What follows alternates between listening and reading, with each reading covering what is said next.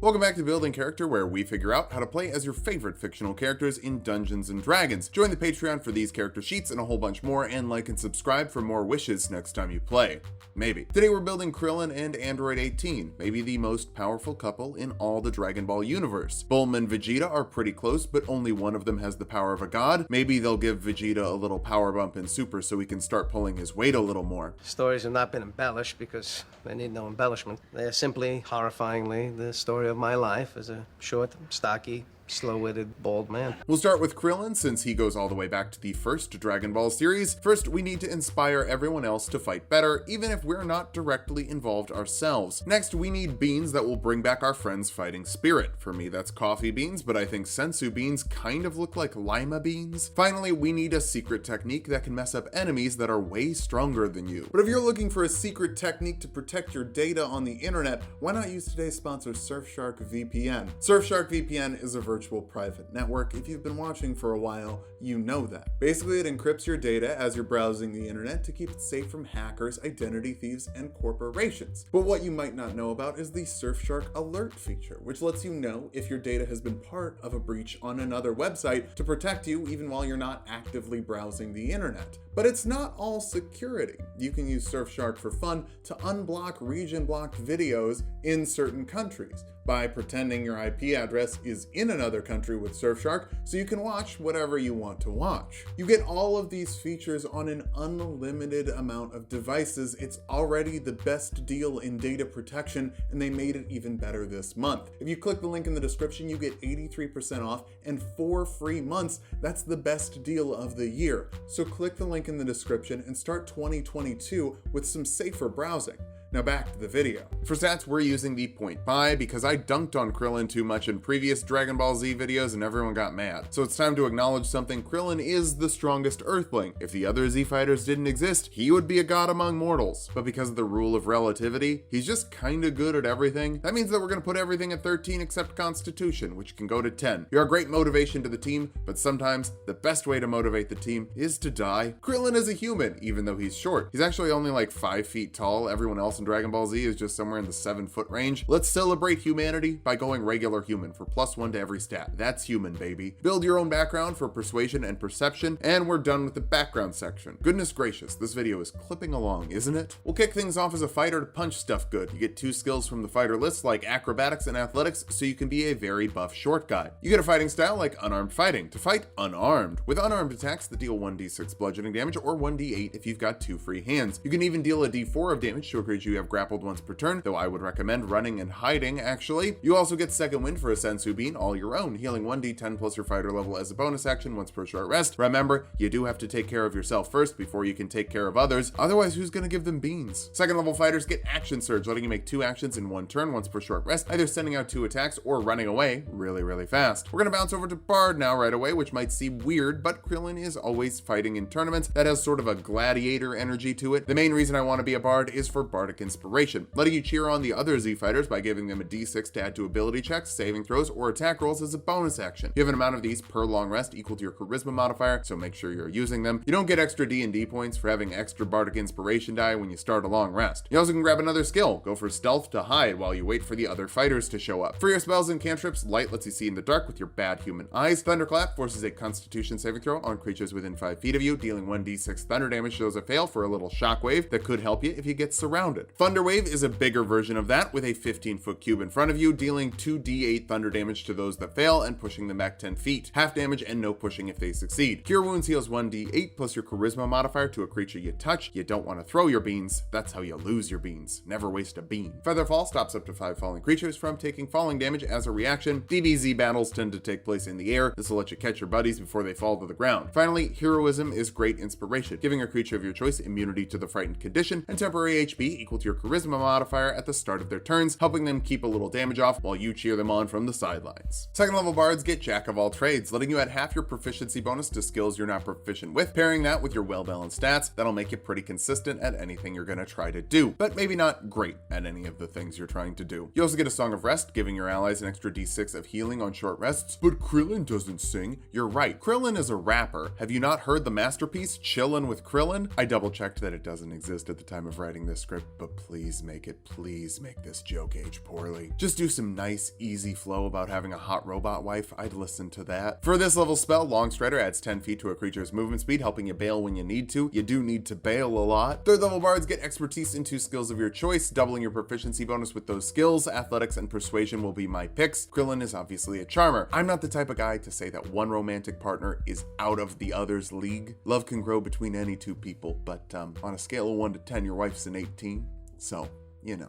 You can also choose a Bardic College. Valor Bards crave violence, or at least like watching it from the sidelines. You get combat inspiration, letting your buddies add your inspiration die to damage rolls or to their AC when they're attacked. It's literally making Goku stronger with the power of friendship. That's so anime. For this level spell, Enhance Ability gives a creature advantage on skill checks of a certain type. If you choose Strength, they also double their carrying capacity. If you choose Dexterity, they don't take falling damage from heights of 20 feet or less. And if you choose Constitution, they get 2d6 temporary HP. Whatever you choose, it lasts for an hour depending on your concentration, which is like 600 episodes in Dragon Ball Z time. 4th level bards get an ability score improvement. Start buffing your charisma for more inspiration and harder saving throws with your shockwaves. We'll get lasers soon, it just takes bards a second. That's fine. Krillin spends quite a bit of time just punching people before he actually learns how to use his ki. For this level spell, Pyrotechnics is a nice solar flare, creating a blinding light that forces a constitution saving throw on creatures, blinding them if they fail, or a smoke bomb that heavily obscures the area. There's a lot of dust getting kicked up in your fights. Pretty useful for hiding. 5th level bards get a Font of Inspiration, making your inspiration die recover on short rests instead of long rests. Just another great reason for you to stay out of the fight with your feet up. I don't know how much your party would love it if you say you want to just sit the fight out, but if they're full of people like Goku and Vegeta, I don't imagine that's a huge problem. They kind of like doing the fighting. Your inspiration die also bumps up to a D8 now for bigger inspiration potential, and you don't even have to die. You can also grab 3rd level spells, but I don't want any 3rd level bard spells for you, so instead we'll grab Enthrall from the 2nd level. That forces a wisdom saving throw on creatures that can see and hear you. Failing that, they have disadvantage on perception checks to see anyone else, making you the perfect distraction for the enemies. Wait, that means that they're gonna come fight you, and we're not very good at fighting yet. We'll get a little bit better at fighting at the 6th level of Bard with extra attack from Valor Bard, letting you attack twice instead of once with your action, and up to 4 times with an action surge, so even if your modifier ain't all that great, you'll still be able to do a little bit of damage. I would recommend just not getting hit. So use Mirror Image to go so fast that there are 4 Krillins. When someone tries to attack you, roll a d20. If you roll a 6 or higher, they hit one of the 3 fakes, 8 or higher, they hit one of the 2, and 11 or higher, they hit one of the 1. No concentration required, so it won't even interrupt any of the other buffs you're passing to the party. 7th level bards can learn 4th level spells. Freedom of movement makes a creature immune to effects that would slow it down, paralyzation, restraint. They can even break out of non-magical shackles with 5 feet of movement. I don't imagine any of the Z fighters would stay in handcuffs for long, except for Vegeta, but that's for different reasons. 8th level bards get another ability score improvement. Keep pushing your charisma higher for more and more inspiration, and eventually better ki blasts. Those are always going to be a little bit better than punching. For this level spell, Earth Tremor from the 1st level forces a dexterity saving throw on creatures within 10 feet of you, dealing 1d6 bludgeoning damage to those that fail and knocking them prone, while also turning the area into difficult terrain. That's the biggest buff, especially when paired with freedom of movement, since you can just blast through that rough patch of rocks without issue. 9th level bards can learn 5th level spells. Skill Empowerment gives a creature expertise in a skill they're proficient with. Use it to help Goku lift impossible to lift things, or use it on yourself for even more skill options. Whatever you choose, it lasts for an hour, depending on your concentration. 10th level bards get more expertise anyway, so you'll get better at acrobatics and perception to stop anyone from getting the drop on you. Your bardic inspiration die also bumps up to a d10 here, but the best part is magical secrets, letting you grab 2 spells from any list. Guiding Bolt is a perfect Kamehameha, firing a ranged spell attack that deals 4d6 radiant damage on hit and giving the next person attacking the target advantage. It works really well with your supportive build as well. Fly gives a creature a flying speed of 60 feet per round for 10 minutes depending on your concentration. I don't have a little joke for this one. Krillin just flies sometimes. 11th level bards can learn 6th level spells. Find the Path will give you the most direct path to your destination, but not necessarily the safest. Nobody said finding the Dragon Balls would be easy. They grant a wish. That should be kind of difficult. 12th level bards get an ability score improvement, so we can cap off our charisma score and shoot our shot with one of the villains. Y'all really gonna tell me that Krillin isn't a bard when he sees a biomechanical monster destroying the world and his first instinct is, hey, how you doing?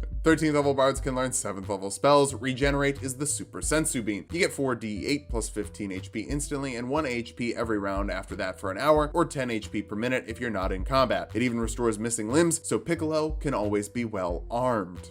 Because he grows his arms back. That's the joke. 14th level Valor Bards get Battle Magic, letting you make an attack as a bonus action after you cast a Bard spell with your action. So you can shoot your laser and throw a punch in the same round, or get some healing off without pausing the beatdown. You also get 2 more magical secret spells. People don't like it when I use these on cantrips, but Sacred Flame is a nice at-will key blast, forcing a dexterity saving throw on a creature and dealing 3d6 radiant damage to those that fail. You can even ignore cover, so throw it around a corner if you need to. Tasha's Otherworldly Guise will just make you a better fighter, letting you use your charisma modifier for your weapon attacks, which unarmed attacks are. You get 40 feet of flying speed, +2 to your AC, and immunity to fire damage, poison damage, and the poison condition, or radiant damage, necrotic damage, and the charmed condition. That's 19 AC in medium armor, mobility, immunity to some of the most common magical damage types, and useful punching. It should catch people off guard. 15th level bards can learn 8th level spells. Glibness sets the lowest you can roll on a charisma check to 15 for an hour. So after expertise, the lowest your persuasion check can be is 32. You know why everyone got mad at me for dunking on Krillin? Because everyone loves Krillin. He's just a nice guy doing his best, and that's a wonderful character. Everyone should have been mad at me. You were right. That's why he gets a D12 for his inspiration die. 16th level bards get our last ability score improvement, and let's bump up that strength for a little bit better unarmed fighting when we don't feel like dropping a 6th level spell slot on Tasha's Otherworldly Guise. 17th level bards get 9th level spells. Foresight is great for the ultimate human warrior, giving you advantage on all of your checks, saves, and attack rolls. Attack rolls against you have disadvantage, and you can't be surprised for 8 hours. No concentration on this one, so just pop it with the Otherworldly Guise up if you like to be a very good fighter. Our capstone is the 18th level of Bard for one last set of magical secrets, so we can finally use Destructo Disc with a Blade of Disaster. That creates a 3-foot plane of death that spins around, making 2 melee spell attacks as a bonus action, each dealing 4d12 force damage on hit, but critically hitting on an 18, 19, or 20, and dealing 12d12 force damage when it critically hits. It lasts for up to a minute depending on your concentration, so it can rack up some serious damage by the time it ends. For your last spell, Haste is the ultimate support technique, doubling a creature's movement speed, giving them +2 to their AC, advantage on dexterity saving throws, and an extra action to dash, disengage, hide, use an object, or make one more attack, which is really nice if they've got a buffing spell of their own up. It lasts for a minute depending on your concentration, and after it ends, they need to take a round off of actions and reactions, but that's fine. How long is one round in Dragon Ball Z? 5 episodes? Now that we've hit level 20, let's figure out how viable this build is. First, you make everyone look cool. With inspiration, make your friends better. You're also loaded up with beans, and who doesn't love beans? Beans that heal people, at least. Healing is good. Finally, Blade of Disaster deals some great damage, but if you're not at level 20, Tasha's Otherworldly Guise will still make you a pretty consistent melee fighter. Unfortunately, as a melee fighter, you should have more health. You have barely over 100. Death is a great motivator though. Low constitution doesn't just mean low health, it also means low concentration, so some of your best spells might not be up all that long. Finally, a lot of your best options are higher level spells, which can be an issue if your fights go on for more than one episode. But if you're the one fighting, you're either stalling, waiting for someone else, or just cleaning up an already weakened foe. It's perfectly natural for one person in a relationship to take a supportive role. You've got a heck of a wife to support.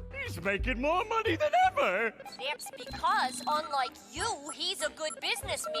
Well, if it isn't the wind beneath my wings. Let's start off with our goals for this build. First, we need to be more than human, with some improv skills to say yes and droid. Next, we need all that good Z-Fighter stuff. Flying, lasers, punching, that kind of thing. Finally, we'll get a self-destruct button, just to make sure that we don't get eaten. For stats, we'll be using the standard point array from the player's handbook. Roll for stats if you want, just keep those multi-classing minimums in mind. Strength will be number 1. You want to punch someone through a mountain? You gotta be strong. Charisma next. You met your husband when you were on a killing spree, and he still kind of vibed with it. Obviously, you've got some charm. Dexterity after that. We don't really need it for anything, but 18 is so fast, I'm not making her slow. Everyone loves a faster operating system. Follow that up with Constitution. If you were built to kill Goku, you need to be able to take some hits. Wisdom is a bit low. You're not great at knowing who to trust, and will dump Intelligence. There's a lot of lore you're not up to date on right away. That can happen after you go through some serious surgery. Speaking of surgery, Android 18 is a human that was varianted so hard she turned into a robot. Warforged get +2 constitution and +1 strength because the +1 can go anywhere, and I want strength. Your constructed resilience gives you resistance to poison damage and advantage on poison saving throws. You don't need to eat, drink, breathe, or sleep, instead just taking a sentry's rest. That's 4 hours of chilling without moving. I think you can lay down if you want. It would be a little weird if Krillin got the whole bed and you just stood unblinkingly in the corner. Integrated protection is the best part of being a robot, giving you +1 to your AC with a set of armor that you're merging with, and it can't be removed without without your permission. Yours is so deep, it's like you're not wearing any armor at all. Stupid, sexy Flanders. Grab Persuasion for your skill of choice and the Soldier background for athletics and intimidation. You weren't born to kill, but you were definitely modified to kill. We'll kick things off as a fighter. You and Krillin have to have something in common. Grab Acrobatics and Perception for your skills of choice. Take the Unarmed Fighting style for your fighting style. It deals 1d6 with one hand, 1d8 with two hands, 1d4 to a grappled target once per round, unless Wizards of the Coast has changed something in the last 10 minutes. Second Wind also does the same thing, 1d10 plus your fighter level and healing as a bonus action. It doesn't take too long to explain and people might skip to the second build, so I'm still giving you the details. I'm nice like that. I'll even explain second level fighter for a second time because Action Surge lets you make a second action in one turn once per short rest, sort of like how I'm doing a second build in each of these videos, except I'm not resting. How do you think I'm getting all of these videos done? Here's a hint. It rhymes with caffeine grills. Third level fighter is new to Android 18, so we get to get really complicated with Champion for improved critical, the ability to crit on a 19 or a 20. I guess that wasn't actually all that complicated. But now we need some upgraded biomechanics from the Saiyans. And while Dr. Gero wasn't an angel, he was pulling from celestial bodies. So that means it's Warlock time, specifically Celestial Warlock, giving you some free cantrips like Light to see in the dark with your bad Warforged eyes. And Sacred Flame for an at-will Ki Blast that deals 1d8 radiant damage to creatures that fail a dexterity saving throw. It's another thing you and Krillin have in common. It's a solid cornerstone to build a relationship on. So is Guiding Bolt, a ranged spell attack that deals 4d6 radiant damage and gives the next person attacking that target advantage on their roll. You and your brother really are a dastardly duo. Expeditious Retreat will give you speed like a monk, even though we're not taking monk levels, letting you dash as a bonus action for up to 10 minutes, depending on your concentration. Use this until your husband learns haste, then don't worry about speed anymore, just use haste. You also get Healing Light, which is the first ability Celestial Warlocks get, but also the least in character for you. It's pool of d6s equal to your Warlock level you can distribute in healing as a bonus action. Just think of it as some minor repairs and move on. It's not like you're sharing them with the other Z fighters anyway, you really only like one of them. Second level Warlocks get Invocations, special upgrades to your OS to make you OP.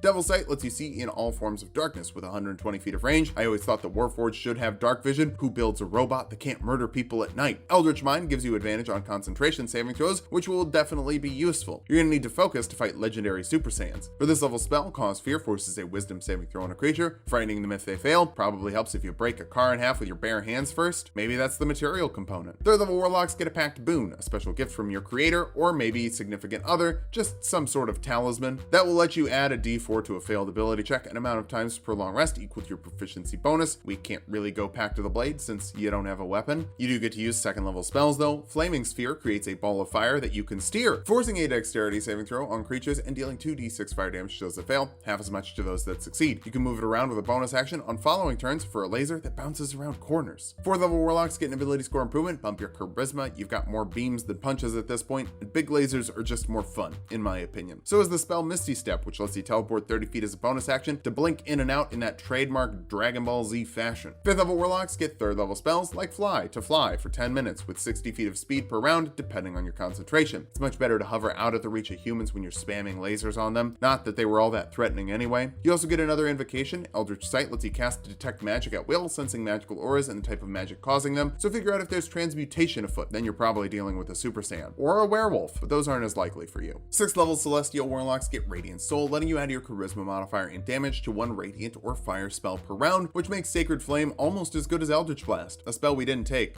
yet. But if you cast Spirit Shroud, a third level spell, you can add a d8 of radiant, necrotic, or cold damage to an attack against a creature within 10 feet of you and slow their speed by 10 feet as well. So if you grabbed Eldritch Blast, that would shoot 2 beams at this point, you could deal 1d10 plus 1d8 plus 5 radiant damage with the first beam, no plus 5 on the second. That's still a very solid cantrip. 7th level Warlocks can learn 4th level spells. Dimension Door lets you teleport up to 500 feet away and even bring a buddy with you so you and 17 can go kill Trunks together. Family is so important, really brings a tear to my eye. You also get another invocation. Protection of the Talisman lets you add a d4 to a failed saving throw an amount of times per day equal to your proficiency bonus. So now your wedding band will help you with ability checks and saving throws. It's so nice to be married. I don't know, maybe. 8th level Warlocks get another ability score improvement. Keep pushing your charisma higher, especially now that we can cheese Eldritch Blasts to be radiant damage. We'll grab one more 3rd level spell with Thunder Step, letting you teleport 90 feet away and force a Constitution saving throw on creatures within 10 feet of you, dealing 3d10 thunder damage to those that fail, half as much to those that succeed. succeed. It's like Dimension Door, but shorter distance and more pissed off people from the place you jumped from. 9th level warlocks get 5th level spells. Flame Strike forces a dexterity saving throw on creatures in a 10-foot radius, 40-foot high cylinder, dealing 4d6 fire and 4d6 radiant damage to those that fail, half as much to those that succeed, really raining down those lasers for some apocalyptic levels of destruction. You also get another invocation. Ascendant Step lets you cast Levitate on yourself at will, so you can float 20 feet through the air with a bonus action. It's not as good as fly, obviously, but it could be used if you just need to clear a gap or something outside of combat. 10th level Celestial Warlocks get Celestial Resistance, making you tougher with temporary HP equal to your Warlock level plus your Charisma modifier on a short rest, and up to 5 other creatures get temporary HP equal to half your Warlock level plus your Charisma modifier as well. So Krillin, 17, that guy you were supposed to kill, that guy's kid, and the green one, Pickle Rick or something. For this level spell, Far Step lets you teleport 90 feet as a bonus action at the end of each of your turns. It's such a great mobility option in a fight. You can move around so fast, it's great. Also, swap out Misty Step for something else, since there's no reason for you to use that as a Warlock anymore. You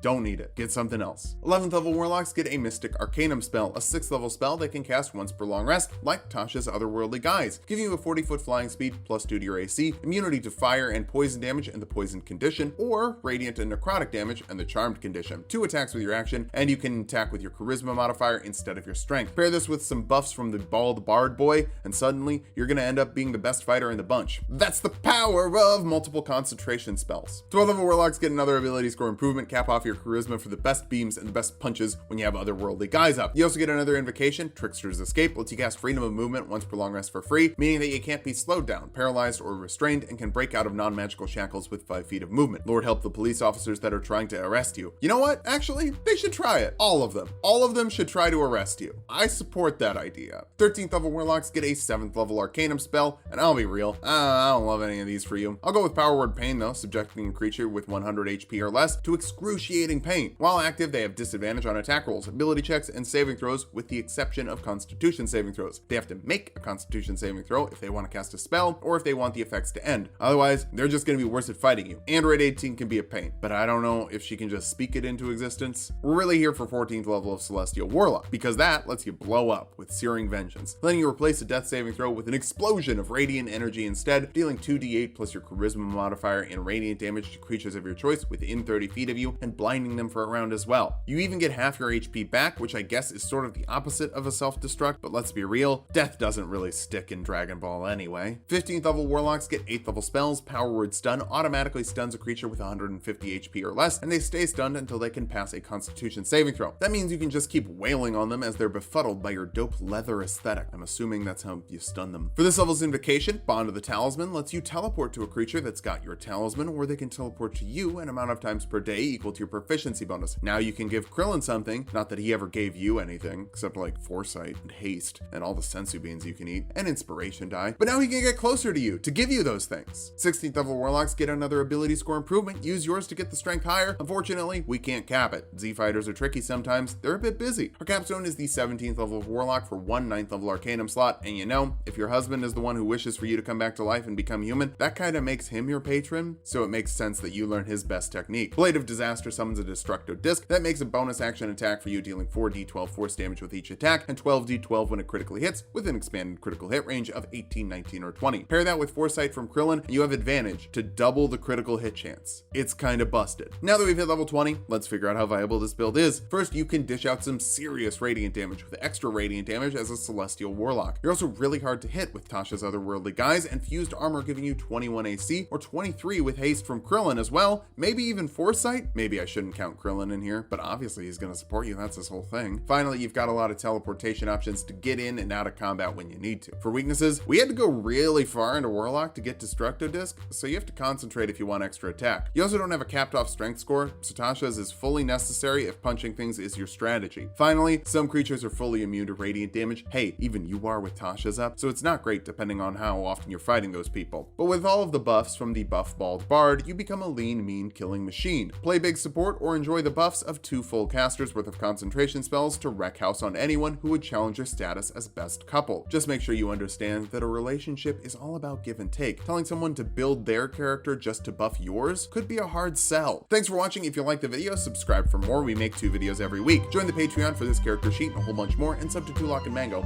for more Tulok fun.